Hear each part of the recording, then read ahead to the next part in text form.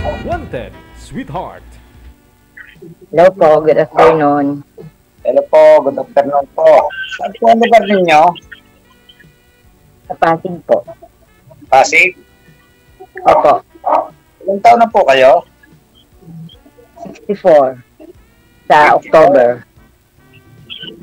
64. 64. May anak na. Ilan po ang anak ninyo? Apat po. Pero malalaki na yung bunso ko is 25 na po.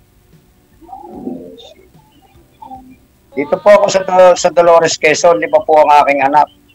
May mga asawa na silang lahat.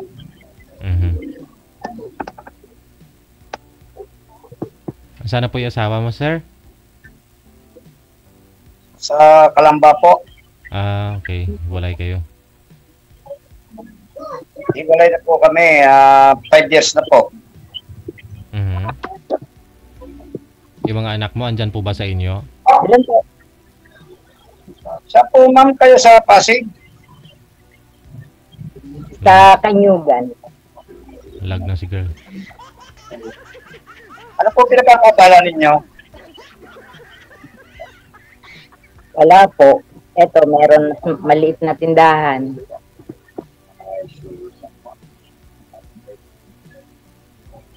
Ako po ay kuwan.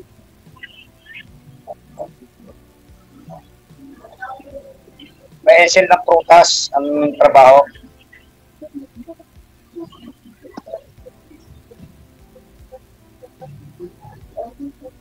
Ilan po anak nyo? 5 po, 5. Okay. May asawa na po silang lahat.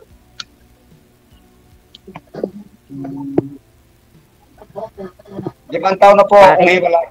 Kayo po, ilang taon nang nasa po ang inyong dating asawa? Nasa heaven na po. I see. Po, may ilang taon na po? Apat po. Yung panganay ko is 47. Tapos yung bunso ko is 25. May nag-comment po, sir, oh. Bato, ilang taon na po kayo daw ngayon, sir? Po? Ilang taon ka na daw po ngayon? 66 po this coming September. So bali 61 years old po kayo nung naghiwalay po kayo ni misis mo. Ba't daw po kayo naghiwalay? Senior na po kayo? Ba't pa po kayo naghiwalay? Ay, mayroon pong hindi pagkakaintindihan kami. Oo. Sabagay, no? May mga pamilya na rin mga anak ko ninyo. Oo. Ay, pinupuntahan lamang po ako dito ng aking mga anak sa Dolores, Quezon. Sa Laguna po pala sila lahat, kasama yung nanay. Aha. Yung akin ng mga anak, hindi yung siya kasama. Ang mga anak ko lang ho nagpunta dito, tsaka aking mga apo.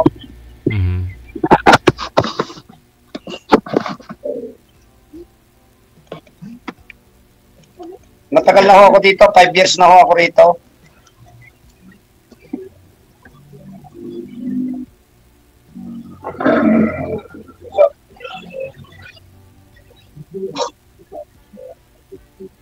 Dati ho akong guardia ako dati. Kayo po, magtanong kayo ma'am. Baka may tatanong pa kayo.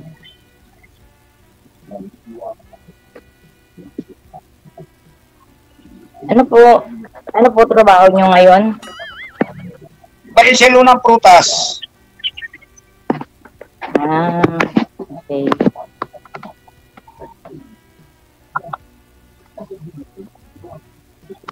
Yun lamang po ang kinabubuhay, baisel ng prutas at saka may counting, kasi 40 years po ako sa security. May counting po akong pension. Yun lamang po, wala nang iba. Dito po ako nakatira sa mga kapatid ko.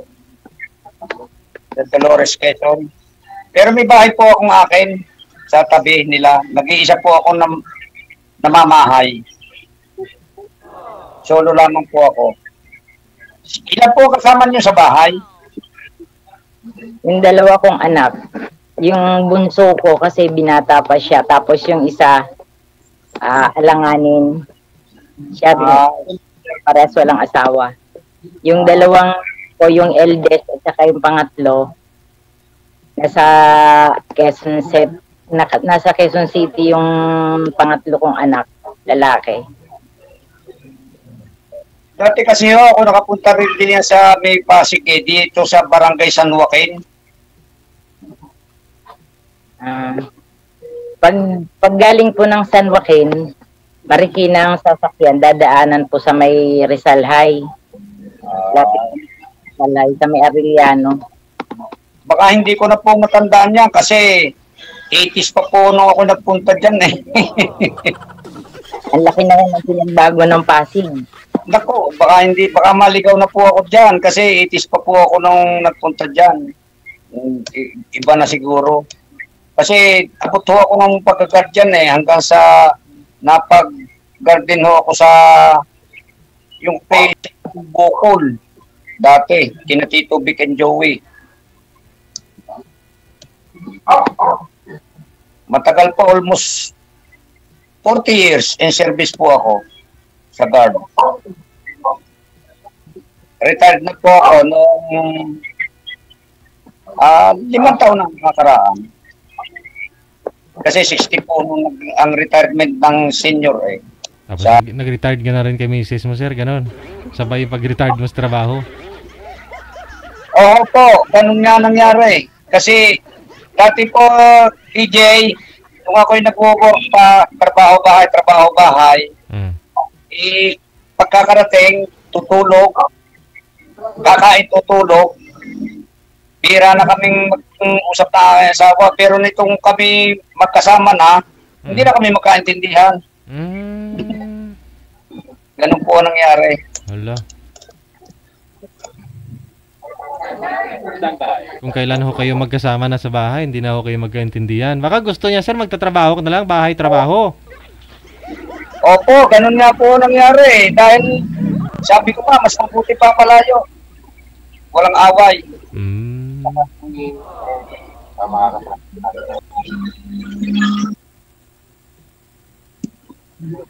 Anong mga tinda ninyo, ma'am? Sari-sari store po. Okay. Baka pwede ako mamili riyan.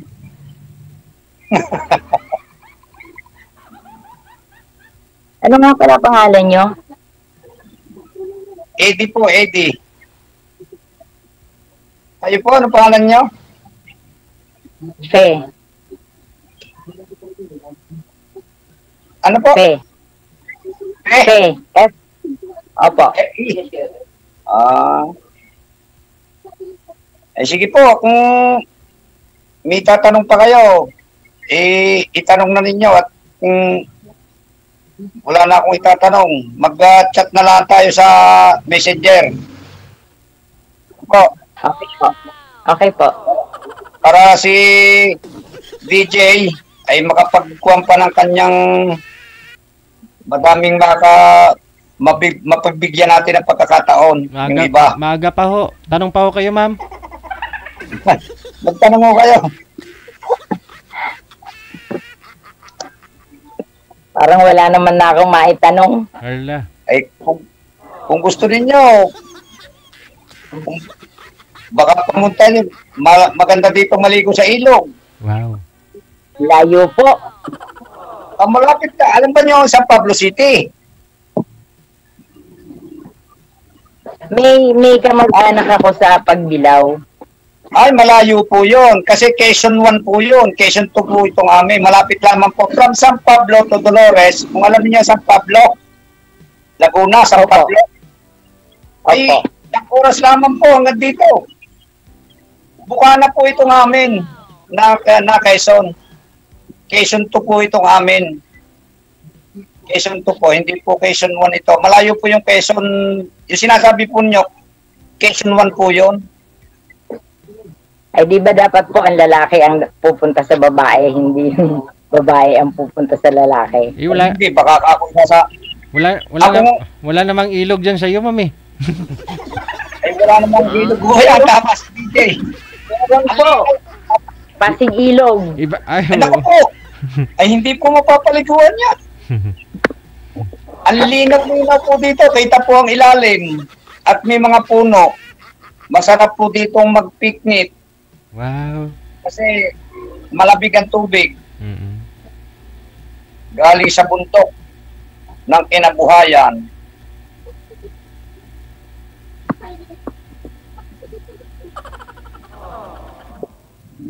First time po ba niyo, ma'am, dito? Opo.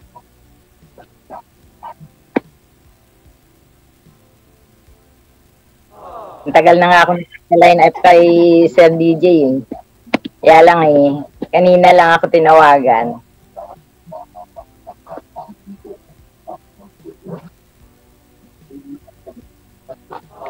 Wala, nawala na. Nawala na. Wala. Ayun na lang po, ma'am, ha. Pag may time po kayo, pasyalo kayo ng Quezon Province. Kasi kita yung baba doon, ma'am, pag sa ilog. Oo. Sige, ipagpatuloy nyo na lang sa off-cam pag-uusap ninyong dalawa. Good luck, ma'am. Thank you. Oh. Okay po, salamat po. Wanted, sweetheart. Wanted, sweetheart. Aba.